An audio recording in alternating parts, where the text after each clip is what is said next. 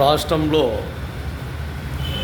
రాజకీయంగా కొన్ని పార్టీలు కావచ్చు, కొంతమంది వ్యక్తులు కావచ్చు, ఇష్టానుసారంగా గ్రామాలలో గత ప్రభుత్వంలో ఉన్న దోపిడీ, భూములు ఎక్కడంటే అక్కడ కబ్జాలు చేసి ఇష్టానుసారంగా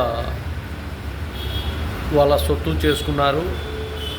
ఇప్పుడు ఉండే ప్రభుత్వంలో వీళ్ళు కూడా కొన్ని ఏరియాలలో కబ్జాలకు పాల్పడుతూ మళ్ళీ పాత పద్ధతిలోనే గత ప్రభుత్వం ఏమైతే కబ్జాలు చేసిందో మళ్ళీ అదే విధానంలోనే వీళ్ళు కూడా వెళ్తున్నారు.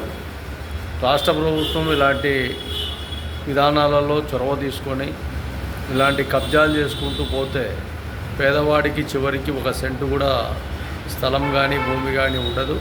కాబట్టి ఒకసారి ఆలోచన చేయండి.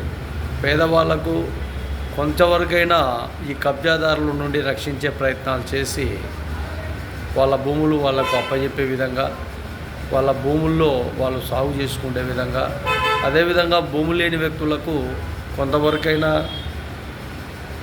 ఏర్పాటు చేసే విధంగా ప్రయత్నాలు సాగాలని కూడా మహాజన రాష్ట్ర సమితి ఒక డిమాండ్ తెలియజేస్తాం.